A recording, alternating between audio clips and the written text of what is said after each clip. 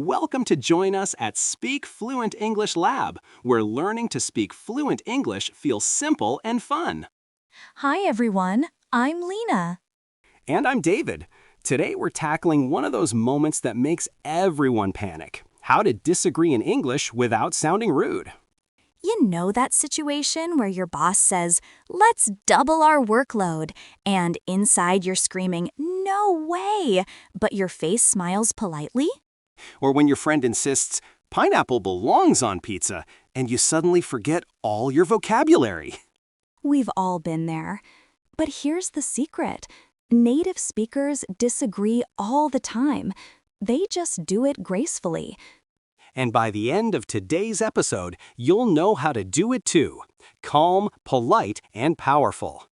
Plus, stay till the end. We've got a secret bonus called the upgrade when you're unsure. That one changes how you handle awkward moments forever. Before we dive into phrases, here's the golden rule. Disagreeing politely isn't weakness, it's strength with emotional intelligence. Exactly. In fluent English, you don't attack ideas, you guide them. You turn "you're wrong" into "let's think differently." All right, we come to our first phrase, and this one's a lifesaver when you want to disagree with someone's idea but still sound supportive. Picture this: you're doing a group presentation. One teammate says, "Let's make a 20-minute video." Everyone nods, but you know that's way too long for the teacher's attention span. You take a breath and say gently, "I see your point. A video could look great, though maybe we should keep it under 10 minutes to hold attention." You see what happened there? You didn't crush the idea, you shaped it. That phrase begins with understanding, which opens the door. Before the "though" brings your concern in softly. Exactly. It tells your teammate you respect their creativity while guiding the plan realistically. People listen because you start with appreciation, not rejection. It's like adding a smile before feedback. The idea still moves forward, just smoother. Now we come to our second phrase, and I call this one the builder. It's what fluent speakers use when they want to disagree and sound like they're improving the idea, not killing it. Imagine you're brainstorming. A colleague says confidently, "Let's move all our marketing to TikTok." You pause, smile, and say, "That's true. TikTok's great for reach, but maybe we could also keep Instagram for our older clients." That one feels so gentle, doesn't it? The phrase starts with agreement energy. That's true. Then smoothly adds your own thought.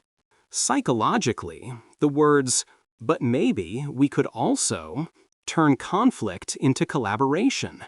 You're no longer saying "you're wrong," you're saying "let's expand this together." And that's why people actually like talking to fluent speakers. The language feels emotionally balanced, kind honesty. All right, we come to our third phrase, and this one is powerful when feelings are involved. Maybe you're talking to a friend, family member, or someone emotional. Picture this. Your friend says, "You never reply to my messages." Your heart drops. You want to explain, but anything you say might sound defensive. So you start with empathy. "I get what you're saying. I really have been slow lately, but honestly, work's been crazy this week." Instantly, the heat drops.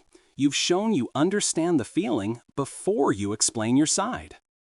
Yes, and in real life, that small empathy line changes everything. You move the conversation from attack-defense to understand, explain. That's emotional fluency. The phrase, "I get what you're saying," tells people they're safe to be honest. And funny enough, once people feel heard, they often say, "No worries," before you even finish explaining. Let's bring it to real life. Two flatmates, Alex and Jamie. Alex says, "Let's go camping. It's cheap and fun." Jamie smiles and says, "I see your point, though I'm not sure I can handle sleeping in a tent for a week." Alex laughs. Fair enough. Maybe a cabin then. No argument, no awkward silence, just two people adjusting ideas. That's fluent disagreement in action. Right. You don't destroy ideas, you shape them until they fit both sides. That's what polite disagreement does. It keeps connection alive. Notice the pattern. Each phrase starts with empathy, then reason. That's how you sound polite yet powerful. And once you master this soft level, you'll stop avoiding disagreement altogether because it actually feels good to handle it gracefully. Coming up next is the diplomatic zone, when you need to disagree confidently in meetings or group discussions without losing warmth, especially in professional or serious conversations. Exactly. Think of it as the meeting mode. You still sound warm, but your message carries more weight. These next few phrases help you disagree without shrinking and without attacking.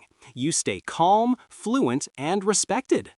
The first phrase, one that's perfect for meetings when you respect the idea, but you see it differently. Imagine this. Your colleague says, "Let's increase the price by 30%.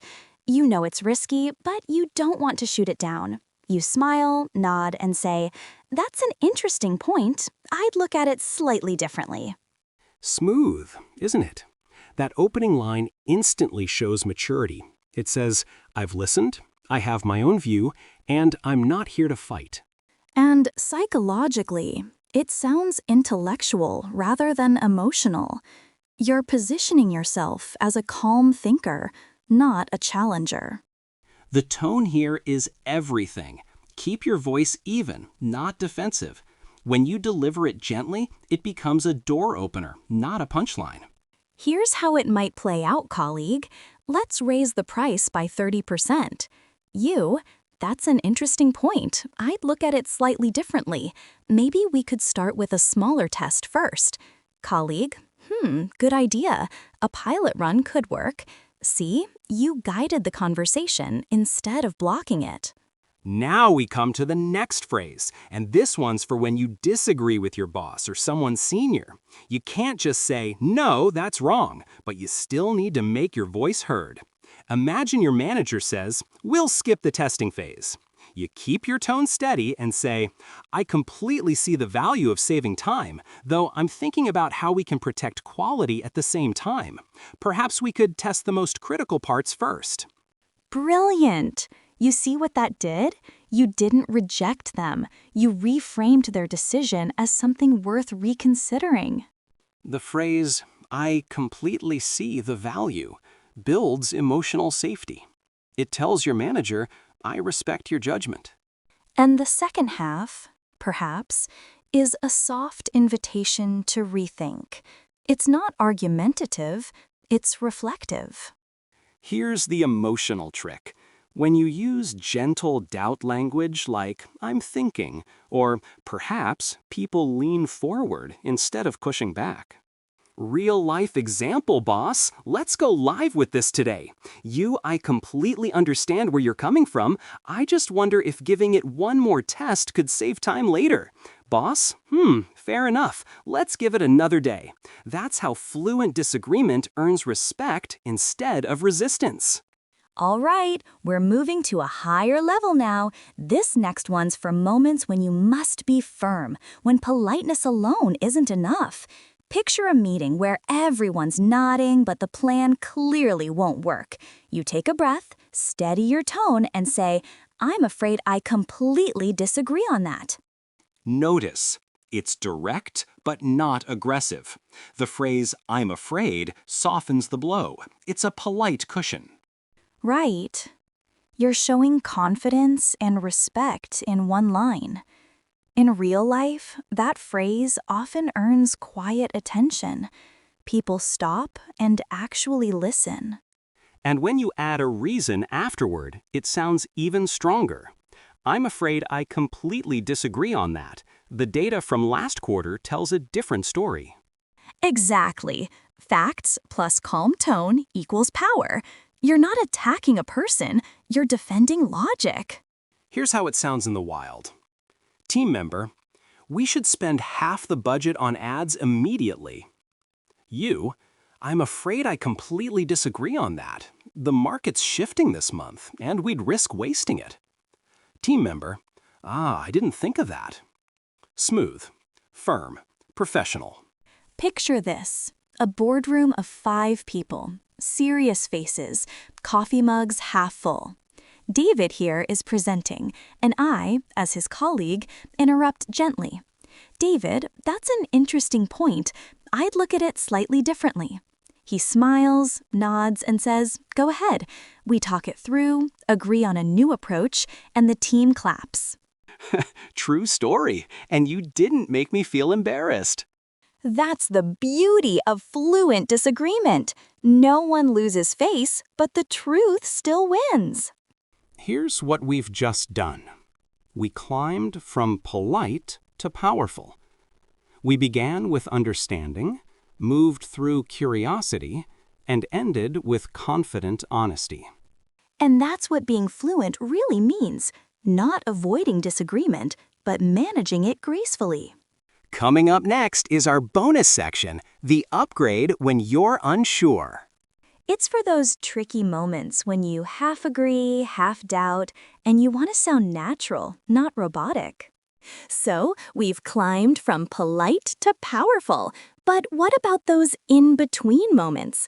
You know, when you're not totally sure if you agree or disagree, and you don't want to commit too strongly either way? Exactly. Sometimes you're thinking, they have a point, but I'm not fully convinced. That's where the fluent speaker's upgrade zone comes in. We're calling this the secret upgrade, because once you learn it, you'll never panic in those half-agree situations again. Let's start with a situation you've definitely experienced. Someone in a group says, remote work makes people lazy. Everyone looks at you. What do you say? You pause, smile slightly, and reply, I'm on the fence about that. I think it depends on the person. It's so natural, isn't it? You're not avoiding the topic, you're signaling nuance. Exactly. The phrase, I'm on the fence, is an English idiom, meaning I haven't chosen a side yet. It sounds conversational, not indecisive. And in real life, people respect that honesty. It shows you think before you speak. Imagine this in a discussion. Colleague, the new software is a waste of time. You, I'm on the fence about that. I haven't seen all the results yet. Colleague, fair enough, let's wait for next week's data. Simple, polite, and balanced. It's that classic moment when you half agree with someone, but you want to express both sides clearly. Your friend says, city life is terrible, too noisy, too crowded. You smile and say, part of me agrees, but another part loves the energy. That's such a human line. It sounds warm and honest, like real conversation. It works because you reveal complexity. You're not one-dimensional.